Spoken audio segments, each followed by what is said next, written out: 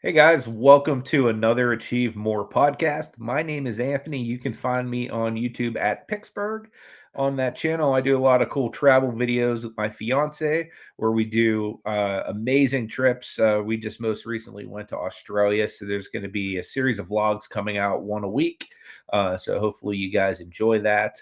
But I want to introduce my co-host as well, who is Michael over there at Huddle Card Collection. How you doing, brother? Great, Anthony. How you guys doing today? Wonderful, man. Want to give your podcast a quick shout out. Collecting Profit. Every Wednesday evening, guys, 10 p.m. Eastern Standard Time. There's a live chat. You guys can log on to Huddle Card Collection on YouTube, and you can chat with Michael, his guests, and anyone else right there live in chat and be a part of the show. It's a really unique experience, as this is normally recorded and sent audio and then video to where you guys watch it later or listen to it later. That's something you guys can experience right then and there. So I encourage you to check out Huddle Card Collection, guys. Without further ado, we do have a special guest with us this week. We have a gentleman by the name of John Follis. He has an interesting career. He's really worked in the advertising agency for a long time. He started out in New York City, working at some of the top advertising agencies, and from there he went on to co-found his own Madison Avenue agency that within 3 years became one of the most successful and awarded in the entire country. So I'm really excited to pick John's brain and to learn a little bit from how he started out with some of these companies to how his career evolved to him starting his own company. Because I believe, Michael, that's what a lot of our audience is really interested in, is finding that knowledge that they can then take from the workplace and create their own workplace one day. Oh yeah, most definitely. I mean, although jobs change and stuff like that, there are a lot of the same challenges inside of each profession. No matter what it is. And so hopefully, our audience is getting those things, saying, "Hey, I might not be in advertising. I may be I may be starting my own plumbing business, but you can learn a lot from all different types of businesses that people form and run and become successful in." Absolutely. Without further ado, guys, I'm going to bring on our guest. This is John Follis. And guys, if you would leave some comments down below, let us know if this episode has been helpful for you. If you have any follow-up questions for John, leave them down below as well. But without further ado, John, what was it like for you starting out in New York City? That must have been exciting. Well, first of all, nice to meet you guys, and thank you for having me on your show. I love the name Achieve More. That's something that I was always looking to do in my career. So I'm pleased that you guys decided to have me on your show. Thank you very much. It's our pleasure. You're very welcome. You're definitely a wealth of knowledge when it comes to the ad agency business and all that. What was it that made you want to get into that line of work originally? That's a good question. I really didn't know. I was the first couple of years of my college education, I was undecided in a major. So it wasn't until one of my instructors in my sophomore year of class, it was a design course that I was taking at this particular school, probably the only creative kind of course that was taught at that particular college. It was a basic liberal arts college, so they didn't have a lot of courses relating to anything creative or related to advertising. But about 3/4 of the way through the class, she pulled me aside and said, "Do you know what you want to be when you grow up?" And I said, "Well, why are you asking?" She said, "Because you're super talented, and can I give you some advice?" I said, "Sure." She said, "You really need to find a different college that has a curriculum that offers more opportunities for you to explore your creative talent." She said, "This is a good liberal arts school, but for someone like yourself, you really need to find another college or university that has all kinds of curriculum, be it architecture or fashion design or photography or illustration or advertising or anything, creative oriented, that would really allow you to find a career path that you could be successful at. So to answer your question, had that not happened to me, quite honestly, I don't know what I would have done. Mm-hmm. So that led me to Syracuse University. I asked her actually, what does she have any colleges in mind? And she recommended Syracuse, which happened to be where my dad had graduated. So when I told my dad about this conversation, he had no problem saying, well, that sounds like a good thing to do. For sure. Syracuse had a very good advertising program. Oh, great. Wonderful. So what was it like on campus there? Was it cool following in your dad's footsteps? You know, I didn't really think about that. I mean, it certainly was a nice coincidence that, you know, we could both talk about, you know, Syracuse sports, mm-hmm. You know, because he was a big sports fan. And so we had that to talk about, to bond with. But beyond that, I mean, I found myself trying to squeeze a 3-year program for advertising into 2 years. I didn't want my dad paying for any more than he had to. So it was a 3-year program. So that required me to really kind of double up on my classes and take a lot of summer school classes if I wanted to graduate in 2 years. So I was pretty, you know, I had to keep my partying to a minimum while I was at Syracuse. Yeah, I mean, especially to graduate early like that, I would imagine that you were, you know, nose in the books all the time. Right. So what was your first job like once you got out there and started doing this professionally? Was it intimidating being in the workforce with a bunch of people that have done this professionally for a long time, or did you feel like right at home when you got there?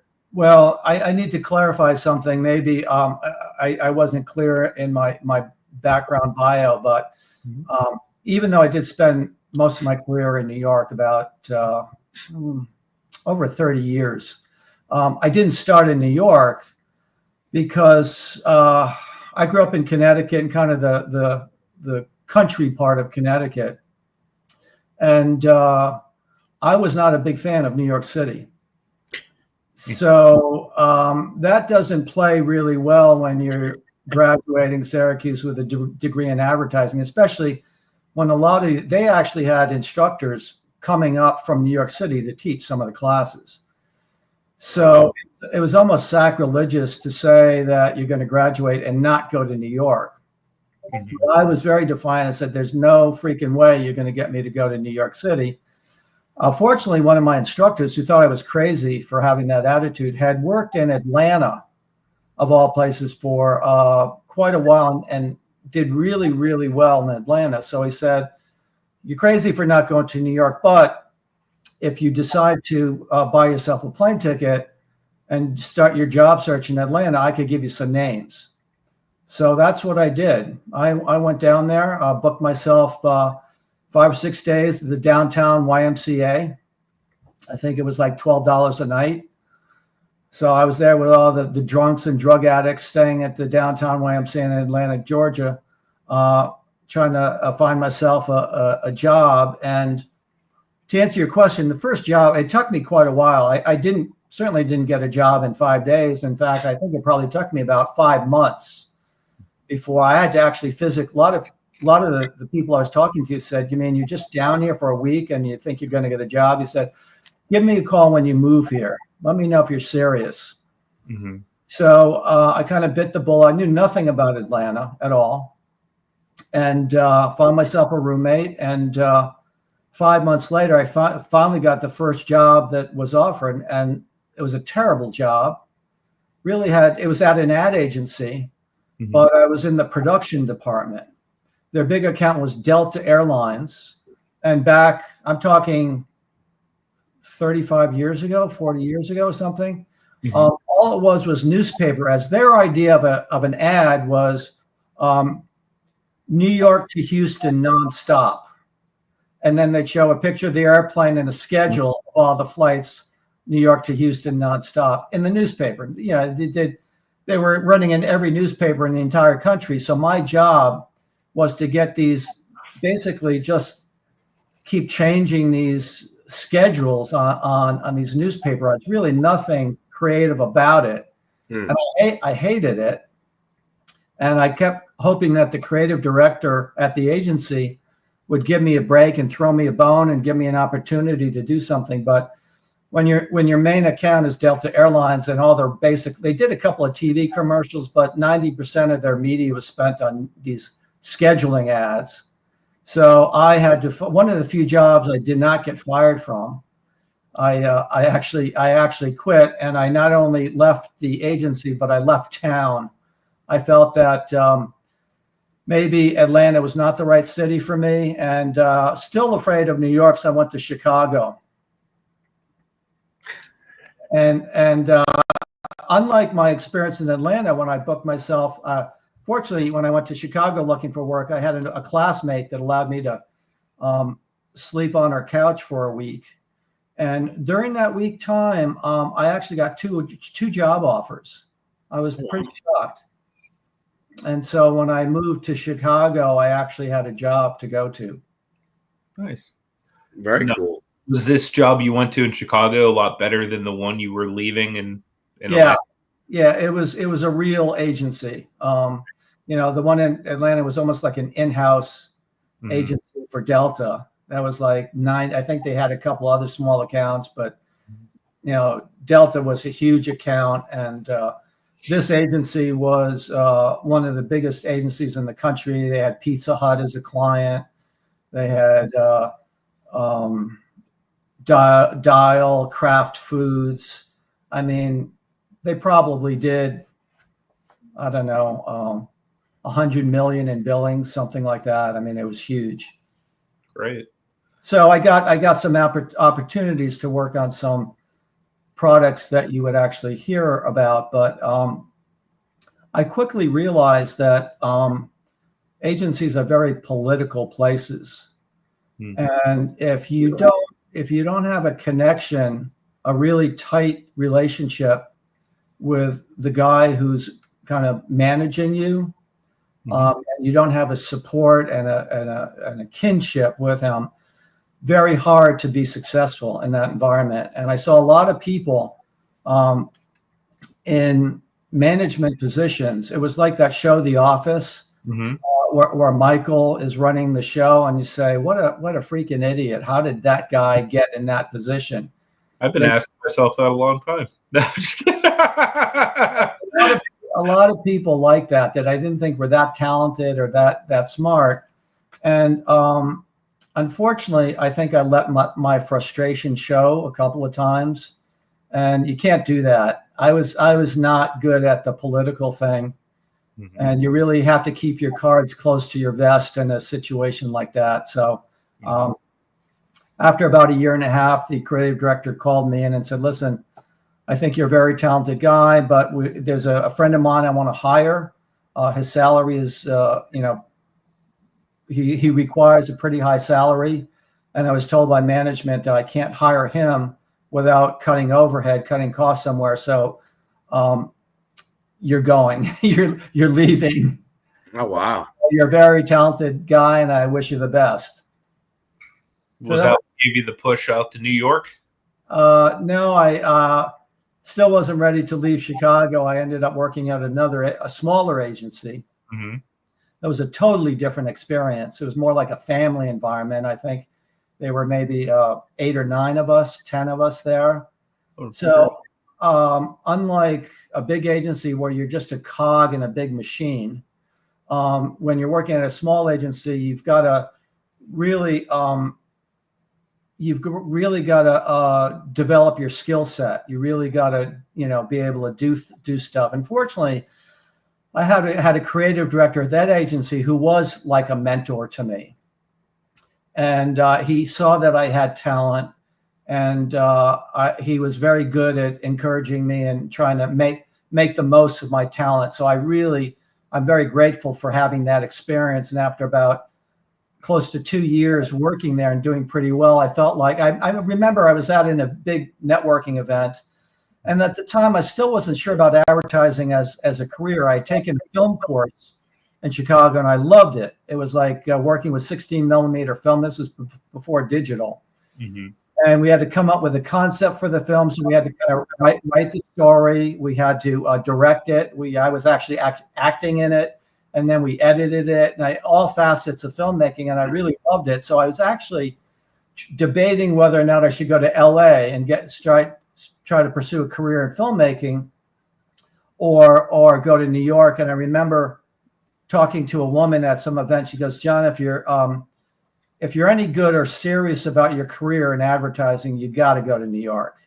If you're serious and talented, you can't avoid New York." So with that, I kind of bit the bullet and felt like, okay, I've got 5 years under my belt. I still wasn't sure if I was ready for the insanity of New York, but I figured if I didn't do it then, I'd never do it. So I was 27 at the time. Oh, wow. 28 maybe. Was New York considered like one of the meccas of advertising at that time? It is. Advertising to New York is what the movie business is to LA and Hollywood. Makes a lot of sense. Yeah, that's why, New York's got Madison Avenue. LA's got Hollywood. It's the same analogy, Mm-hmm. What was that environment like compared to your experiences in Atlanta and Chicago? Was it like up a whole nother level? It was like Chicago on steroids. Mm-hmm. I mean, I think the biggest market by far is New York. Second is LA. That's a big dip from New York to LA. Mm-hmm. Actually, I'm not sure whether it could be Chicago also. I think it's LA by a little bit, and then maybe Chicago. But New York is a very international, has all kinds of international agencies and all the a lot of business headquarters in New York. So it's just intense because like this woman said, if you're any good or serious about your business, you go there, and so the competition level was like, times 10 from what I was experiencing in those other cities. It was, if I thought Chicago was cutthroat, New York was like 10 times worse. I can imagine. So when you're going there, or in ad agencies, are you focused on, when you're in there, are you focused on one thing? Are you only focused on, let's say, print, or are you on radio? Are you on TV? Do people work on everything, or are there kind of lanes? That's a good question. I think it can work both ways. Some people seem to have a talent for TV media, and other people seem to feel more comfortable with print. Now it's, back then digital didn't exist, but now, of course, digital is a huge part of any ad agency media. So you have experts, and that's a whole nother animal. You start comparing what they call traditional TV, radio, print versus digital. There's a lot of really inherent differences between those two media, but for me, it was kind of all the same. It was all, I liked the variety. I liked having a TV assignment one week and then having a print assignment another week. And then when I had my own agency, I was basically doing whatever I wanted. So I was like a kid in a candy store. I loved, I started out as an art director, but I quickly developed a talent for writing. So if it was a radio commercial, I was excited at the challenge to just try to write a 60-second radio commercial, or do it, next day work on a billboard where you've got to grab someone's attention who's driving on the highway, and you only have, you can't say a lot on a billboard. It's got to be a quick message. So I love that creative challenge of all those different media options. Yeah, that seems like something that wouldn't get boring, especially because you probably get new clients every single day in large firms like you were in New York. So yeah, that would be a lot of fun, I'd imagine. Yeah, I mean, if you're working on a national campaign for Pizza Hut, it's pretty scary. It's pretty fun, but the way agencies work is that they're creative teams. I meet people when they hear I'm in advertising, they go, "Oh, just like Mad Men, like that TV show." I said, no, you got the wrong show. The show Survivor? where you have teams competing and someone gets voted off the island every day. That's what it's like working in an ad agency. So you're paired up. If you're an art director, you're paired up with a writer, and vice versa. And often, if it's a big assignment like a national TV spot for Pizza Hut, you can have 3, 4, sometimes even 5 teams competing. And at the end of a week or two, when you have to present your work, only one idea gets chosen. So that's what makes it so challenging. And when you're competing against people in a competitive environment, that's where sometimes the politics kicks in, because often if you have a better relationship with the creative director, there's a good chance he's going to favor your idea. That makes sense. Now, being in that political environment, was that something that kind of sparked it in you to want to start your own thing, or was that just happenstance? What sparked me into doing my own thing was getting fired 4 times. That'll do it, huh? Yeah, so that's indirectly, yes, that environment, because like I said, they didn't have a course in office politics at Syracuse. I think they actually should. It would be helpful. So I often found myself looking for work, and sometimes when I was interviewing agencies, especially the smaller agencies, they would often have situations where maybe they were pitching an account, or they had a big project. It was very important assignment. They wanted some extra creative firepower, where they would be open for someone like me, who was a creative guy, to come in for a couple of days or a couple of weeks to just help out on a daily, get paid a daily rate or a weekly rate. So once I realized that was an option, when I would hear about opportunities like that, I would take them.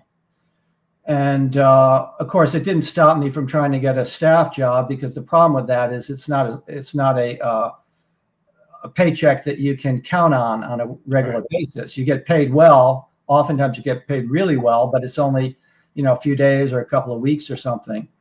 But I enjoyed that more, because it kind of eliminated the political factor. When you're coming in as a troubleshooter, as a hired gun, as it were, you're not there long enough to get involved with the politics, and they know that you're only there. You're not going to be threatening anyone's job. You're just coming in to basically help them. Yeah. So it really eliminated that whole political bullshit that for me was just very distracting. Yep. And I not only, so even sometimes when I got a staff job, it didn't stop me from trying to seek out freelance opportunities, because sometimes you meet with someone where maybe it was a small business owner. It wasn't necessarily an ad agency, but someone who had a business and needed some advertising ideas. So it was stuff that I could do on my own. I didn't need to be on premise. I could do it at night at my ad agency, help working on that assignment. So as I started getting more and more success doing that, and as I continued getting fired, I finally got to the point where I decided maybe I should just forget about the staff thing and just maybe for the next 6 months, put all my energy into freelance and just see where that takes me. And I never looked back. Once I started doing that, I had enough success that it eventually attracted a business partner, a guy. Well, it was a guy. I didn't know he wasn't a business partner when he called me up. It's just some call out of the blue from a guy who heard about my reputation. And 20 minutes after chatting over a beer, he said, I think you're great. And I think he was a new business guy, a business development guy. So he was the kind of guy that knew how to get meetings with clients. And he said, with my ability to do that and your creative talent, I really believe we could start an agency, and I think we ought to give it a shot. And this was like 20 minutes after meeting the guy. And it was kind of like going on a date with a woman, and after 20 minutes saying, I think we should get married. Yeah. So I was intrigued and flattered with the suggestion, but I figured, well, let's let's date a little bit longer and see where it takes us. And eventually we did start an agency. After maybe 7 or 8 months, we picked up a huge piece of business, and that allowed us to open our doors. Nice. Was it difficult to compete with some of the bigger agencies right out the bat? Well, we weren't. Just the fact that we were competing with any agencies was challenging because we were 2 guys working out of our apartments. And the account that we won, Anthony, was an account that was the assignment was for a TV commercial that they were going to be spending $500,000 to produce and put media behind. So this was 30 years ago, 1991. So over 30 years ago, actually. So in 1991, to be spending $500,000 on a TV commercial that he was going to be running maybe 3 or 4 months, that was a lot of money. So he wasn't just talking to us. In fact, I think by the time we connected with him, he had already given the assignment to 3 other ad agencies, small ad agencies. So my partner was able to talk his way into giving us a shot. We didn't tell him that we were just a couple of guys. We said, yeah, we're an ad agency. Yeah. And see our business card? Right. That's awesome. We were actually competing against maybe 3 other small agencies, and the creative work that I came up with won the business. That's awesome. That's really good. So what was it like once you guys started becoming successful and you started seeing your work get recognized on a national scale? You started seeing the stuff that you had, personal design on, on a billboard or on TV, on the radio. Like, what that must feel amazing. Like, can you explain that? After getting and the other thing I didn't mention, Anthony, is I didn't just get fired 4 times. I had an instructor at Syracuse who was an asshole. Can I say that? Absolutely. Okay. We all got one. Listen, he was a Madison Avenue guy, so to us he was like a rock star, but his personality was very narcissistic, very arrogant. I didn't like him at all, and we didn't get along well at all. Unlike the instructor I had not long before that at that other college that told me I was super talented, this guy, with about a month left in the class, this was like my first advertising class, pulled me aside and said, "You're not majoring in advertising, are you?" I said, yeah. And he said, I'm going to be honest with you, you're pretty clueless. And I'm going to give you an option. Either take the grade I can't tell you what grade I'm going to give you, but I can tell you this: you're not going to be happy about it. So either take the grade that you're going to be unhappy about, or drop the class. And I said, really? Now I'm not the kind of guy that gives up, especially when I knew that I needed to not only complete this class, but do well in it in order to graduate with an advertising degree. So it was like someone's throwing a glass of ice water in my face. Mm-hmm. I said, "Can I think about it?" He said, "Yeah, you got 24 hours. Let me know tomorrow." So it's really not much of a choice. I mean, he's basically telling me he's going to flunk me, right? Mm-hmm. And so 24. So as I'm walking out the door, just like my head spinning, goes, "And one more thing, kid, don't go into advertising." So that was in addition to getting. So to answer your question, when we won this big account, suddenly we were a Madison. Our office was actually on Madison Avenue. That's awesome. And we quickly started picking up. My partner was really, really good at getting meetings. Mm-hmm. And that's all we needed was an opportunity to compete, because we were very confident that we had a good shot of winning the business. We didn't win everything we pitched, but we had a pretty good batting average, to put it in baseball terms. Yeah. So when I started succeeding and my work was getting produced, I couldn't get work produced at these big agencies. You know, I with one agency, I worked there for like a year and a half. I think I got 2 ads produced, you know, because they're if the politics aren't right, you're competing. They don't want to they don't want to give you anything, to succeed and try to leverage and get a raise or move up the ladder. So it was really the first time in my career. I was at the time 30. I started getting work produced freelancing, so that was the beginning of it. That was really the first. I did that about 2 years, and then we started the agency when I was 33, and very quickly started winning business and producing all kinds of work. And not only was it produced work, but it was like award-winning caliber work, which for any creative person, you want to win. That's your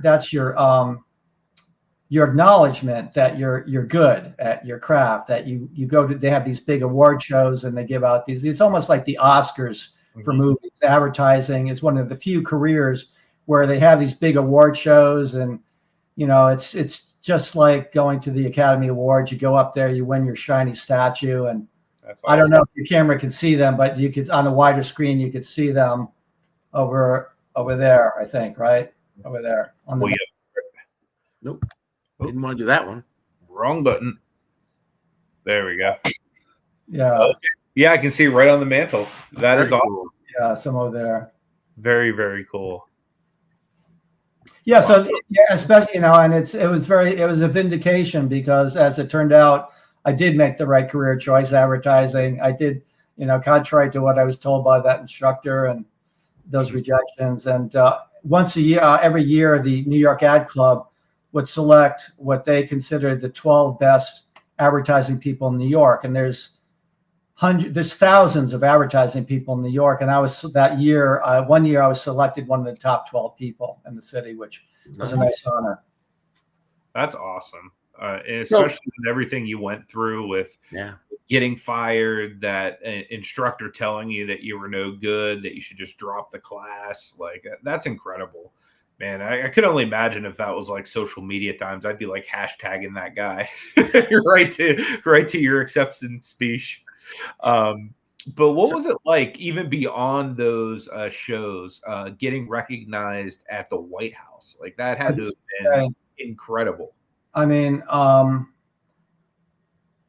never met anyone who's been invited to the White House, and I don't think I ever will. And when I got this letter, this was maybe 2 or 3 years into our agency. We had recently done a national TV campaign for prevention of child abuse that was that the NBA was running during their NBA playoffs. They were allowed, this organization, $5 million worth of their media time over maybe a 5-week period during the NBA playoffs. So that's a lot of TV time. And the playoffs that year got 28 million people watching. This was 91 when the Bulls, Michael Jordan was playing against Magic Johnson. So it was a pretty big deal. So the commercials that I created were running probably a half a dozen times during every playoff game with that kind of media, maybe even more. So to get that kind of visibility, especially for a cause like child abuse prevention, was really cool. So to answer your question, about a month or so after we completed that, I get a letter in the mail with the White House as the return address. Now, who gets a letter from the White House unless it's Joe Biden asking for donations, for his political campaign? Yeah. This was not during, or Donald Trump. This was not during a political campaign year. So I'm thinking, what is this? This is some young guy, some creative guy trying to get a job interview with me, and he wants me to open his letter. Not a bad idea. Okay. Yeah. Let me see how he works in the White House with, him trying to get a job. And I open it up, and it's a fancy embossed invitation to a White House reception, and it looks legitimate. And it says, please RSVP to this phone number. So I said, okay, I'll take the bait. I'll call the number. Mm-hmm. And I call the number, and they say, the White House, can I help you? Like, really? And I said, I'm responding to this reception. What I still have the reception. I'll have to take a look to see if I think it just said to a White House reception, please RSVP. I don't think it really specified what it was for. So it wasn't until I made the phone call and found out that they had decided, this was during the Bush administration, first Bush 1, again, I'm dating myself, but they had decided, their administration decided that it would be really a good thing to have a program that honored people around the country who were involved in various public service causes, nonprofit causes, and were, in their mind, doing something that was making a big difference. Oh, nice. Now, the question I had is, how did they find me? How did they stumble on me? And all I can guess is that George Bush was George Bush is a guy that was involved with the Texas Rangers, you may know. Yep. Yeah. He had connections with the Rangers. So he played baseball at Yale also. Yeah. So he was a big sports guy. So I had no doubt that he was watching the NBA playoffs that year, and he probably was impressed by the commercials, because the commercials we did weren't just a basketball player reading off of a teleprompter. Because I'm a creative guy, I didn't take the assignment. I said, if that's all you want to do, you can hire someone else. If you want something really with high impact that's going to get people's attention and get a good response, I'd be happy to help you.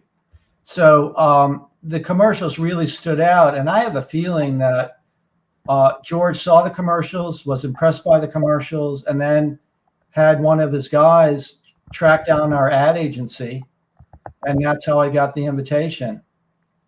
So that was a shock.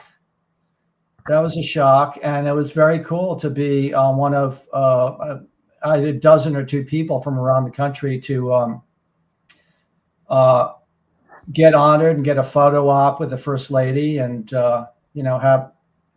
be able to tell my parents about that. That was a kind of nice thing.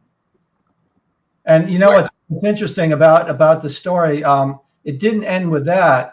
6 months later, I got another letter. This time it's from the United Nations.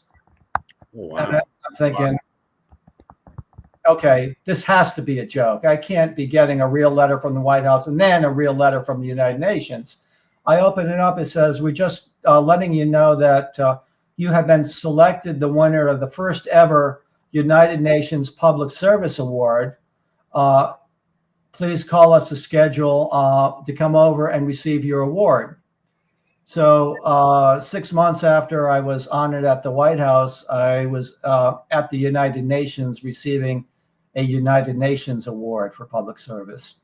That's awesome. What was that? That had to have just felt incredible. Like, all of your hard work, not only was it like recognized by the public receiving it well, but you literally have like the President of the United States making like way for you at the White House. You're getting all these amazing awards.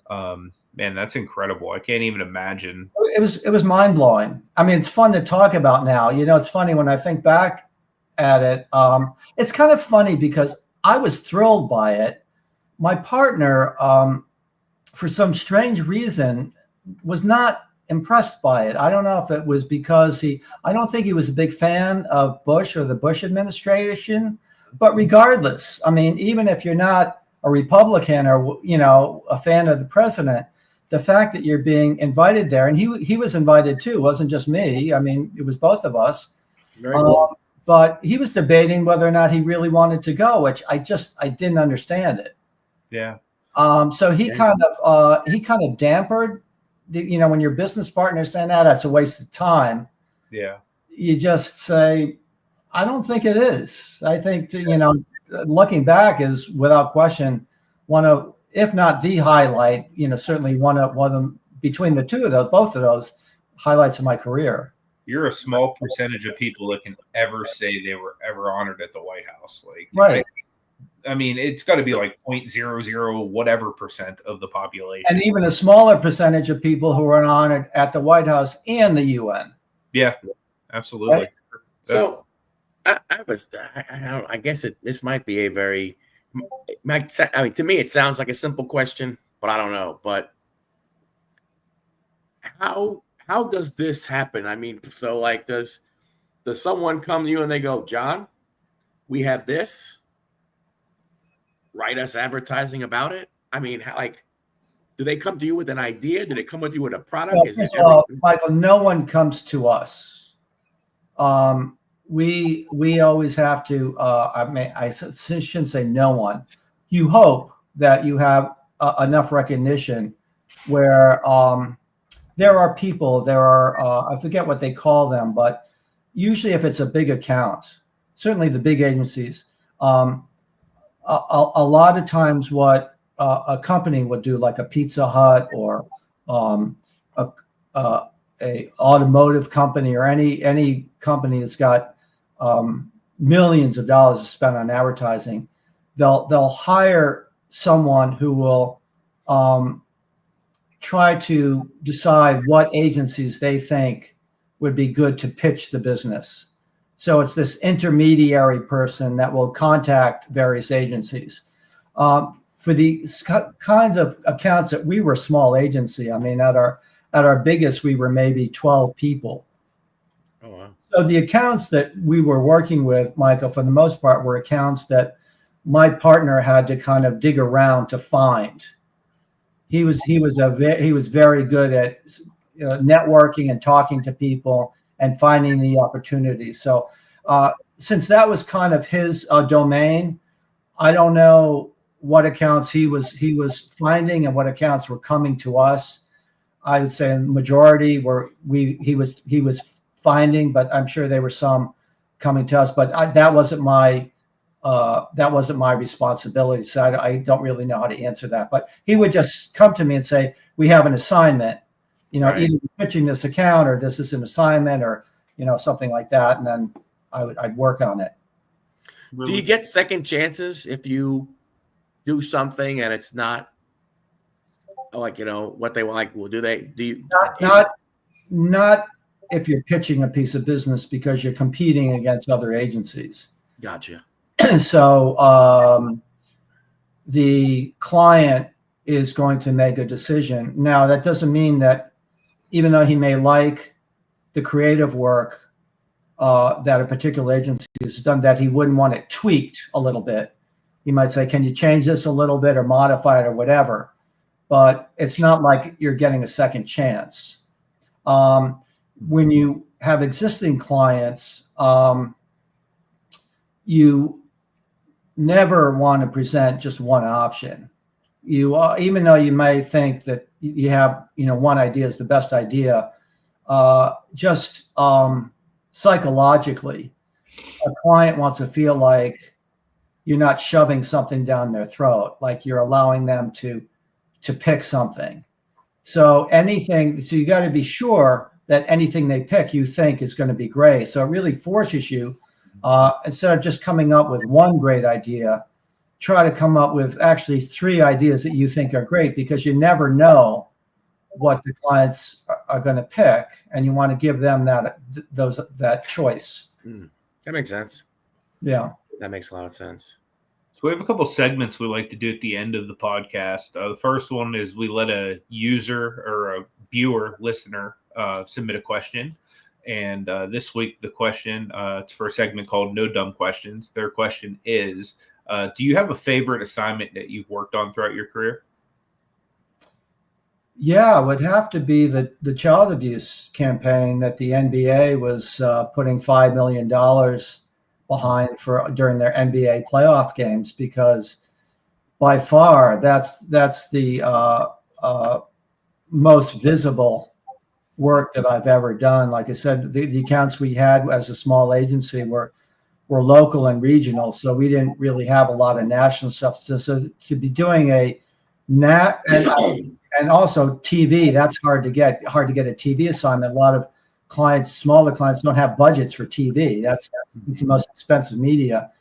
So not only to do something that has that kind of national visibility, running during NBA. I'm a sports fan, so I love the fact that they were during the NBA playoffs. It's like almost like having a Super Bowl spot, right? But also for a cause that's for something other than fish sticks or ding dongs or McDonald's or Coke or something that really is important in the world. When you're working in advertising, that one of the quotes that I tried to model my career after was from a very socially conscious business owner, and he said the advertising people in the world are the most skilled communicators in the world. Wouldn't it be great if they applied their communication talents toward making the world a better place? Imagine the difference it could make. So that was a quote that I had heard very early on in my career, and I thought it was a great attitude to have. And I tried to. It wasn't always easy to have the time or the opportunity to work on nonprofit causes, but anytime I did have the opportunity, I put all my energy and talent toward those causes, knowing that maybe it actually could make the world a better place. Yeah, that's awesome. How do you think AI is going to affect the ad agencies as we move forward in this digital world? Yeah, that's a good question. And if I was not retired, I would probably be able to answer that really well. I mentioned earlier that I got into podcasting in 2006. So whenever there was a new shiny object coming down the pike, like AI is now, I would be all over it, because it is going. All I can tell you, it's going to be a game changer. I can just tell you this. I watch a lot of YouTube, and I've seen some of the video content that's AI generated. Maybe you guys have too. Oh, heck yeah. I mean, it blows me away. It blows me away. And I'm not talking about the low resolution stuff. I'm talking about some of these studios that really, really know how to use AI and do like some super high resolution stuff.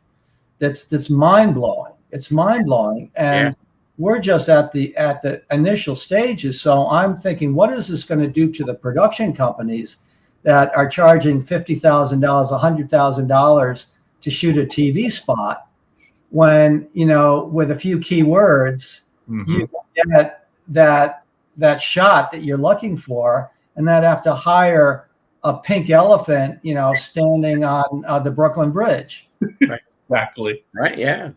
Yeah. Great point. We have another segment we like to do towards the end of the podcast. It's called "We Have to Ask, but You Don't Have to Answer." I thought, with your history as somebody who's been rejected in the workplace and told that you cannot do something, what advice do you have to other people that might be in that same predicament, where they've either been rejected in the workplace, or they've been told by somebody in life, hey, you can't do X, Y, or Z? Well, I think it depends. It's a very personal thing. I was committed to my career at that point. So maybe less so when I was in college and still not so sure about my career. That was probably the hardest rejection I got. And I should mention that in that situation, fortunately, there was another instructor at Syracuse that taught that same course. So I had a reprieve. I had the opportunity to find out if that first instructor was right or not by taking the same course with a different instructor. And as I had hoped, it was a totally different experience, and I ended up getting like an A- with this different instructor. So back to your question, I think you have to really decide what your goal is. And if there's a mountain in front of you and you can't climb over it, sometimes you got to figure out a way to go around it, or maybe dig under it. In high school, I don't know if they still do it, you had to supply a quote with your photo. And my quote in high school was, "Where there's a will, there's a way." And it's really, for an 18-year-old kid, I still kind of live my life by that mantra. And that was kind of my attitude. And sometimes it doesn't mean that if you get rejection that you have to keep banging your head against that same wall. Like in my case, it didn't mean I needed to change my career, but it did mean that I had to kind of reevaluate the direction I was going and pivot. I think pivot is the kind of the key word in that situation. And I think that's what I would suggest to anyone. If you keep trying something and you find you're banging your head against the wall, maybe you just have to try harder, but maybe you have to think about what a good pivot would be to kind of still stay with the same goal you have in mind, but maybe figure out a different way. In my case, it was, doing freelance work, which turned out to be a direction that totally turned my career, allowed me to have the successful career that I had. Yeah, that's incredible. Yep. And it's all started because you bet on yourself, which is I think one of the best parts of the whole story. It's like the American dream right there, which is great. Yeah,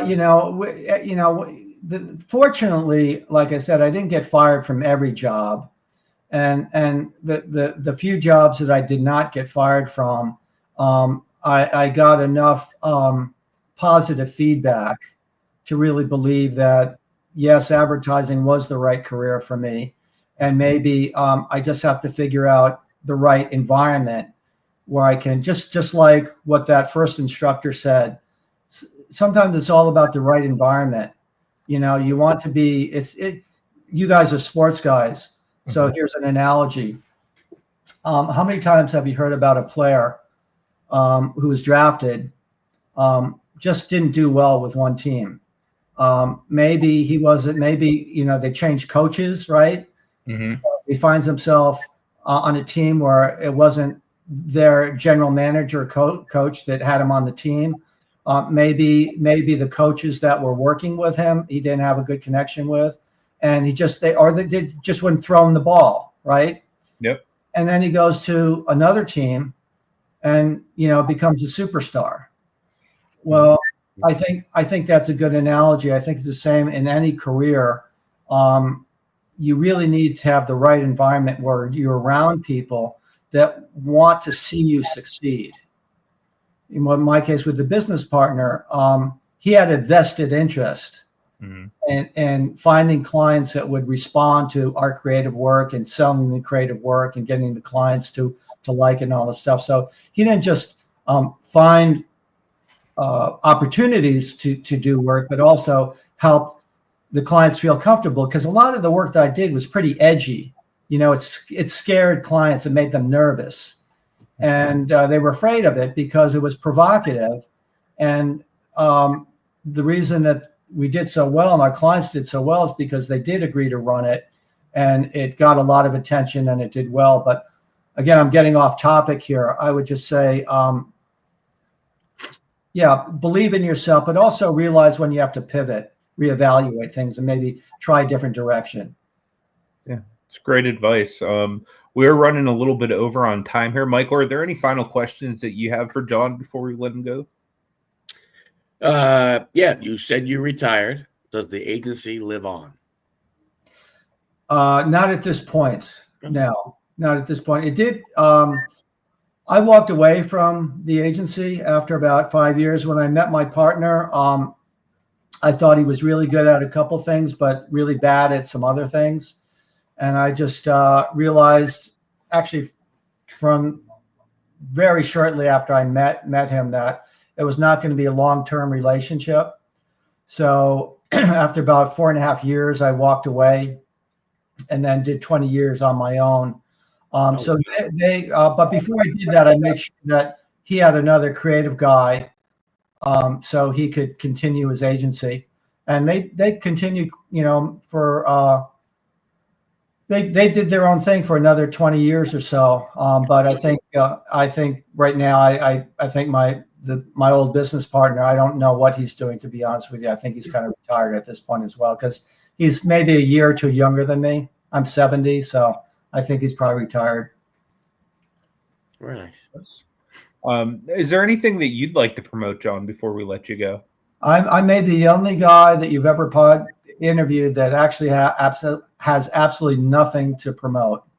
I just do this because I think that achieve more is what a lot of people are looking to do. And if there's anything that I could say in the time that we've had this nice conversation that can inspire someone or enlighten someone to figure out how they can achieve more, then I feel like this is a continuation of my public service, let's say. That's awesome. We genuinely appreciate that. Yes. Thank you very much. Yeah. My pleasure. Awesome. Well, guys, do us a favor. Make sure you go and subscribe. Throw a like on this video for us. And until next week, may God bless you. We hope you take it easy. Go ahead, everybody. Thank you. I'm from the city. I'm from the city. The city is. I'm from the city. The city is.